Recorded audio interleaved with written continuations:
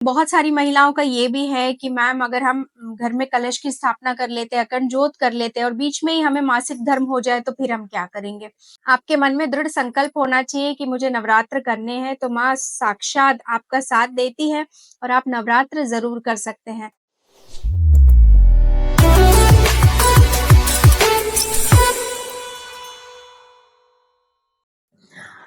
आत्म नमस्ते, मैं हूँ संगीता शाह, स्वागत है मेरे यूट्यूब चैनल पर। दोस्तों, मेरे वीडियोज़ आपके सवालों के आधार पर होते हैं। इस बार नवरात्र को लेके अब सवाल आना शुरू हो गए हैं। तो सभी लोग पूछ रहे हैं कि मैम नवरात्र को लेके कुछ जानकारी ज़रूर आप हमें दीजिए ताकि हम भी अच्छे से माँ भगवती की आराधना कर सकें। तो दोस्तों, आइए मैं अभी आपको बता दूँ जो हमारे नवरात्र है, शारदीय नवरात्र, ये बहुत ही कहते हैं ना कि बहुत ही पावरफुल नवरात्रों में से एक माना जाता है, बहुत ही सिद्ध होता है। अगर आप पहली बार अगर नवरात्र का व्रत का शुरुआत करने वाले या कलश की स्थापना करने वाले, तो आपको शारदीय नवरात्र से ही करना चाहिए। तो शारदीय नवरात्र शुरू कब से हो रहे हैं? तो 3 अक्टूबर से लेके 12 अक्टूबर तक, यानी 3 अक्टूबर से 12 अक्टूबर तक ये पर्व चलेगा। 12 अक्टूबर को हम विजयदशमी का पर्व मनाएँगे। अब शुभ मुहूर्त भी मुझसे लोग पूछ रहे हैं, तो कलश की स्थापना का शुभ मुहूर्त सुबह सवेरे का है। सुबह 6 बज के 15 मिनट से लेके 7 सुबह के 7 बज के 22 मिनट तक है। उसके बाद में अभिजीत मुहूर्त है। 11 बज के 35 मिनट से लेके 12 पौने 12 सवा 12 तक कुछ है ये। तो मैं आप लोगों से सभी से कहूँगी कि जो 2 तारीख होगा वो हमारा सर्वपितृ अमावस्या है, तो उस दिन आपके घर में श्राद्ध का सब कार्य खत्म करने के बाद फिर आप बाल धो के मार्केट में जाके 1 दिन पहले ही आप नवरात्र से संबंधित जो भी आपको सामान और पूजा सामग्री की आवश्यकता होती है, वो 1 दिन पहले ही लेके आएँ ताकि आप शुभ वेला में आपके घर में घट की स्थापना कर सकें।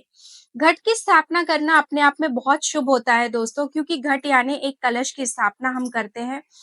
ऐसा बोला गया है कि कलश के जो निचला भाग होता है, वहाँ ब्रह्मा जी, बीच में सभी देवी-देवता और कंठ में जो है माँ लक्ष्मी का वास होता है। इसका साक्षात ये अर्थ होता है कि घट की स्थापना करने से सभी देवी-देवताओं का स्थापना हमारे घर में हो जाता है। अब बहुत सारे लोगों को अखंड जोत के बारे में भी नहीं पता है। नवरात्र में अखंड जोत लगाना बहुत ही शुभ होता है, बहुत ही शुभ फल आपको प्राप्त होते हैं। बहुत लोग अखंड जोत के नाम से डरते हैं। अखंड जोत से डरने की ज़रूरत नहीं है दोस्तों, बस आप उसकी अच्छे से देखभाल कर लीजिए। तो अखंड जोत बहुत ही सुंदरता से पूरे 9 दिन आपके घर में प्रज्वलित होते रहेगी। जोत को जगाने से आपके घर में कोई भी नकारात्मक शक्ति वास नहीं कर सकती है, कोई भी वास्तु दोष आपके घर में नहीं रहेगा अगर आप नवरात्र में माँ की अखंड जोत की स्थापना करते हैं। अब बहुत लोगों को शंका होती है कि मैम अगर अखंड जोत बुझ जाए तो क्या करें? कोई बात नहीं, आप उसको फिर से प्रज्वलित कर लीजिए। और उसका अच्छे से ध्यान रखिए, है ना? अगर बहुत सारी महिलाओं का ये भी है कि मैम अगर हम घर में कलश की स्थापना कर लेते हैं, अखंड जोत कर लेते हैं और बीच में ही हमें मासिक धर्म हो जाए तो फिर हम क्या करेंगे? तो क्या करना है? आपके घर में आपके पति है, आपके बच्चे हैं या आपके घर में आपके सास-ससुर हैं, आप वो 4 दिन जो मासिक धर्म में आप जो 4 दिन रहेंगी, वो 4 दिन आप उनसे कह के आप अपनी माता रानी की भोग प्रसाद की जो व्यवस्था है आप उनसे करवा सकती हैं। और चौथे दिन के बाद आप यथास्थिति फिर से जो है अपने पूजा पाठ में लग सकती हैं। तो इसमें इतनी घबराने वाली कोई बात नहीं है दोस्तों, बस आपके मन में दृढ़ संकल्प होना चाहिए कि मुझे नवरात्र करने हैं, तो माँ साक्षात आपका साथ देती है और आप नवरात्र ज़रूर कर सकते हैं। कलश के साथ-साथ हम ज्वारे भी बोते हैं, ज्वारे बोना भी बहुत अच्छा माना जाता है माँ भगवती के लिए। ज्वारों में आपका आने वाला समय कैसा होगा, ये भी आपको आपके ज्वारों में नज़र आ जाता है। ऐसा कहते हैं कि अगर ज्वारे बहुत हरे-भरे और बहुत सुंदर आए हैं, तो आपके आने वाला जो समय है, बहुत अच्छा आने वाला है।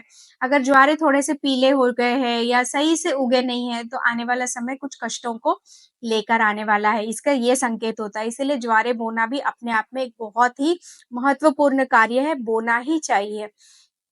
अब दोस्तों इस बार माँ जो भगवती पधार रही है 3 अक्टूबर को, उनकी सवारी क्या है? तो माँ भगवती इस बार डोली में आ रही है। अभी आप ये भी आपके मन में शंका आएगी कि मैम ये हमें कैसे पता चलता है कि माँ की सवारी कौन-सी है? तो देवी भागवतम में इसका बहुत ही अच्छे से वर्णन किया गया है कि जभी भी नवरात्र जो है मान लीजिए सोमवार और रविवार को शुरू होता है, तो माँ हाथी पर आ रही है, ऐसे बोलते हैं। और अगर शनिवार और मंगलवार को अगर नवरात्र शुरू होते हैं तो माँ घोड़े पर आती हैं। अगर गुरुवार और शुक्रवार को से जो है नवरात्र शुरू होती है तो माँ डोली पे यानी पालकी पर आती है। तो इस बार जो है वो गुरुवार से शुरू हो रहा है इसीलिए माँ डोली पर आ रही है और बुधवार को अगर शुरू होता है नवरात्र, किसी भी नवरात्र की शुरुआत बुधवार के दिन से होती है तो माँ नौका पे आती है। तो इन वाहनों का अपना-अपना एक संकेत होता है, माँ अपने साथ एक संकेत लेकर आती है। तो दोस्तों इस बार जैसे कि मैंने कहा कि माँ डोली पर सवार होके आ रही है तो इसे बहुत ज़्यादा शुभ नहीं माना जाता है। डोली पर सवार होके आने का अर्थ है कि आने वाले समय हमारे लिए बहुत कष्टदायक होने वाला है। इसका बहुत सारी नैसर्गिक आपदाओं से या फिर आपके अभी जैसे कोरोना जैसी विपत्ति हमारे ऊपर आई थी, है ना? तो एक पैंडेमिक का भी आगमन हो सकता है और पूरे दुनिया में जो है राजनीतिक उथल-पुथल, सत्ता परिवर्तन और आर्थिक तौर पे बहुत ज़्यादा मंदी छाई रहेगी। ये नौका पे सॉरी ये डोली पे आने के ये संकेत होते हैं कि आने वाला समय हमारे लिए बहुत कष्टदायक हो सकता है। इसीलिए हम सभी को माँ भगवती की शरणागति में जाके माँ की आराधना करके उनकी कृपा प्राप्त करने की कोशिश हमें करनी चाहिए। तो दोस्तों नवरात्र की पूजा मैं कैसे करती हूँ, मैं अपना पर्सनल आपको बता रही हूँ, आप चाहे तो ऐसे कर सकते हैं या आपकी जैसी आपकी कुल परंपरा चली आ रही है, आप वैसे कर सकते हैं। तो मैं नवरात्रि की पूजा कैसे करती हूँ? मैं माँ भगवती की मूर्ति की स्थापना करती हूँ। मेरे जो पाठ जहाँ पे मैं रखती हूँ, वहाँ पे मैं सप्तमातृकाओं का स्थापना करती हूँ, 9 ग्रहों की स्थापना करती हूँ, सप्तऋषि भी वहाँ पे स्थापित होते हैं। षोडश मातृकाओं का मैं वहाँ पे जो है स्थापना करती हूँ और फिर अष्टदल कमल बना के माँ को विराजमान करवाती हूँ। कलश के नीचे भी अष्टदल कमल बनाती हूँ। अखंड जोत के नीचे भी अष्टदल कमल बना के फिर मैं जोत की स्थापना करती हूँ।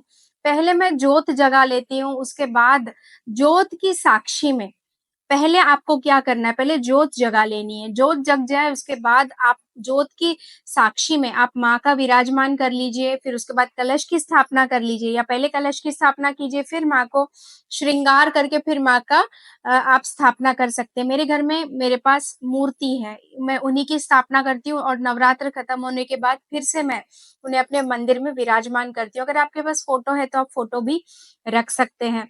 अब मैं कैसे करती हूँ, मैं महालक्ष्मी, महाकाली, महासरस्वती इसकी भी पूजा आप इस दौरान कर सकते हैं, ये त्रिशक्तियाँ हैं।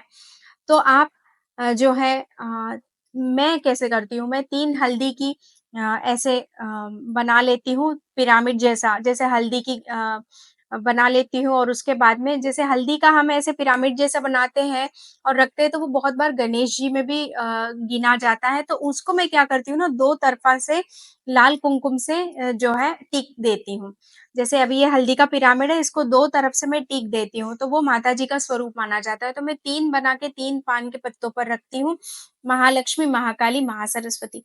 तो पहले महाकाली जी को रखती हूँ पान के पत्ते पे, तो उनके पास मैं एक रेड कलर का ब्लाउज़ का पीस रख देती हूँ और फिर उसके बाद मैं महालक्ष्मी जी को रखती हूँ, तो वहाँ पे ग्रीन कलर का जो है ब्लाउज़ पीस रखती हूँ। फिर उसके बाद माँ सरस्वती, तो वहाँ पे मैं सफ़ेद कलर का ब्लाउज़ पीस रखती हूँ और रोज़ मैं इन 3 माताओं की पूजा करती हूँ और जो भी मेरा मंत्र जाप है और पाठ है सो दुर्गा सप्तशती का पाठ करती हूँ। मेरा जो भी मंत्र जाप है मैं वो करती हूँ।